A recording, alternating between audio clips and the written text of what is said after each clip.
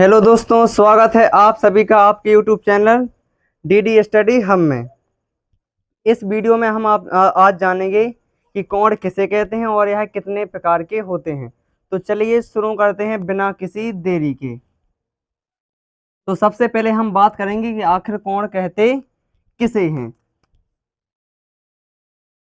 तो सबसे पहले हम कोण की डेफिनेशन जान लेते हैं। तो जब दो किरणें जब दो किरणें एक बिंदु से, कहां से, कितने बिंदुओं से, एक बिंदु से निकलती हैं तो जो आकृति बनती है वह कोण कहलाती है।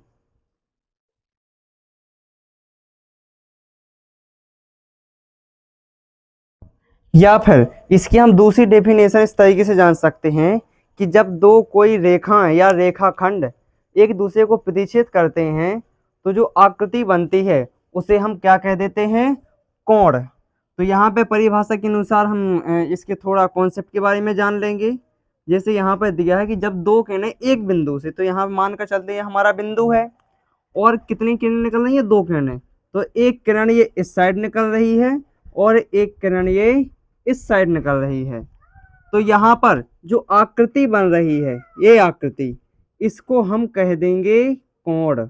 ये क्या बन रही है, कोण। और यहाँ पर ये जो दोनों जो किरणें हैं इसको अपन कह देंगे भुजाएं। ये क्या हैं, भुजाएं। चलिए हम समझ लेते हैं कोणों के प्रकारों को। तो कोणों के प्रकारों में सबसे पहला जो कोण आता है वो आता है शून्य कोण। कौन सा, शून्य कोण। जैसा कि आपको इसके नाम से ही लग रहा है, शून्य, यानी ऐसा कोण जिसकी माप 0 डिग्री हो, वह क्या कहलाता है, शून्य कोण। क्या कहलाता है, शून्य कोण। इसके बाद दूसरे नंबर पर जो आता है वो आता है हमारा न्यून कोण। कौन सा, न्यून कोण। तो न्यून कोण ऐसा कोण जिसकी माप 0 डिग्री से ज्यादा तथा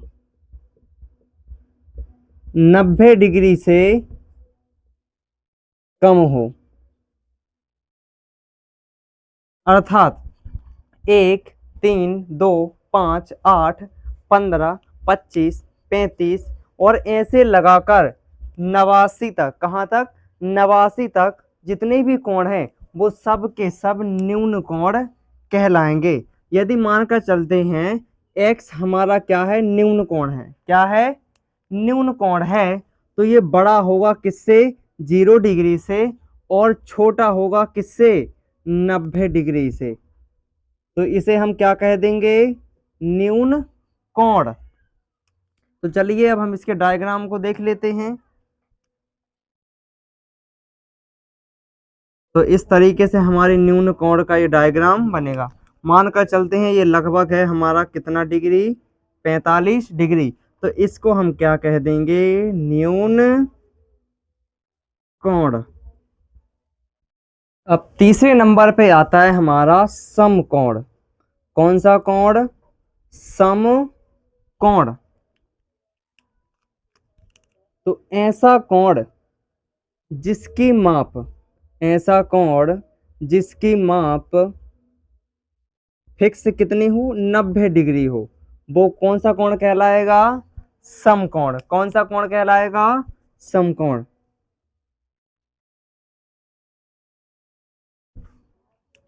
तो इस तरीके से इसका डायग्राम बनेगा और यहाँ पर जो कोण बनेगा वो होगा 90 डिग्री, और इसी को हम कह देते हैं समकोण। अर्थात 90 डिग्री से ना ज़्यादा और ना ही 90 डिग्री से कम।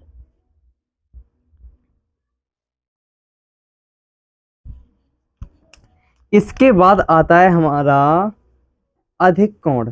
कौन सा? अधिक कोण।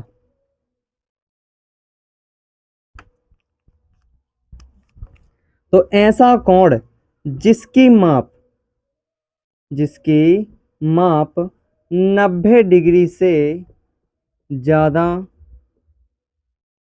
तथा 180 डिग्री से कम होती है, वो कौन सा कोण कहलाता है? अधिक कोण। कौन सा कोण कहलाएगा? अधिक कोण। जिस प्रकार से अभी अपन ने न्यून कोण समझा था ना, उसकी माप कैसी थी? 0 डिग्री से ज्यादा थी और 90 डिग्री से कम थी। ऐसी अधिक कोण की माप 90 डिग्री से ज्यादा होती है और 180 डिग्री से कम होती है। मानकर चलते हैं x डिग्री हमारा अधिक कोण है, तो ये बड़ा होगा कितने डिग्री से? 90 डिग्री से। और छोटा होगा किससे? 180 डिग्री से। इस सिंबल का अर्थ होता है कि जिस साइड इसका मुंह खुला हुआ है ना, वो संख्या बड़ी है और जिसके एरो का निशान है वो संख्या छोटी है। यानी जिस साइड मुंह बंद है वो छोटी है और जिस साइड मुंह खुला है वो संख्या बड़ी है। जैसे यहाँ पर x डिग्री है हमारा अधिक कोण, तो ये 180 डिग्री से छोटा है और 90 डिग्री से बड़ा है। चलिए अब हम इसके डायग्राम को समझ लेते हैं।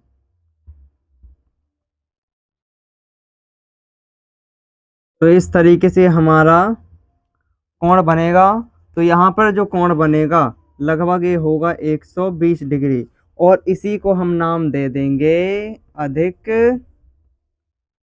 कोण। अब हमारे 5वें नंबर पे आ जाता है सरल कोण। कौन सा कोण?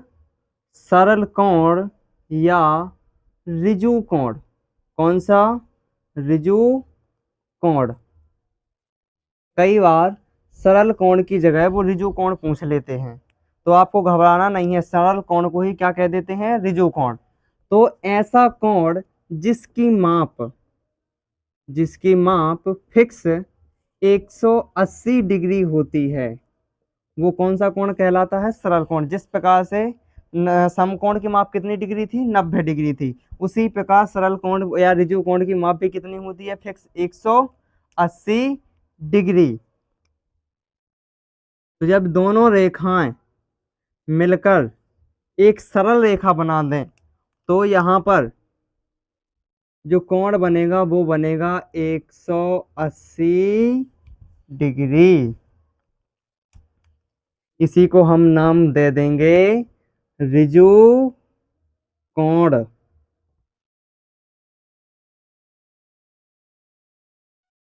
इसके बाद आता है हमारा प्रतिवर्ती कोण। कौन सा? प्रतिवर्ती कोण। तो ऐसा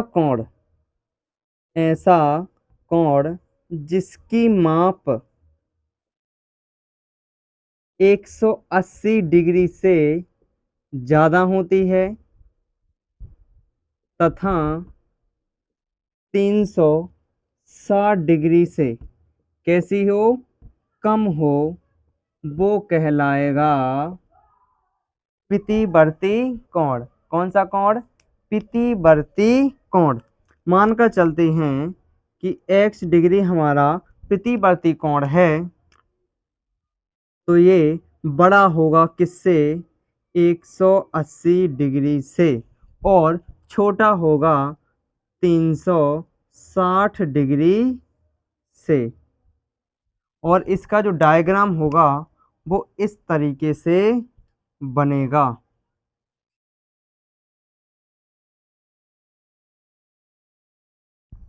एक किरण यहाँ पर निकल जाएगी, यानी एक भुजा यहाँ पर होगी और दूसरी जो भुजा होगी वो इस तरीके से होगी और इस तरीके से जो यहाँ पर जो कोण बनेगा वो होगा हमारा प्रतिवर्ती कोण।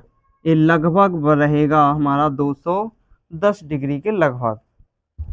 अब सबसे जो हमारे 7वें नंबर यानी आखिरी कोण है वो है पूर्ण कोण। तो पूर्ण का अर्थ से ही आपको समझ में आ रहा होगा, जो पूरा हो। कैसा हो? पूरा हो। अर्थात ऐसा कोण जिसकी माप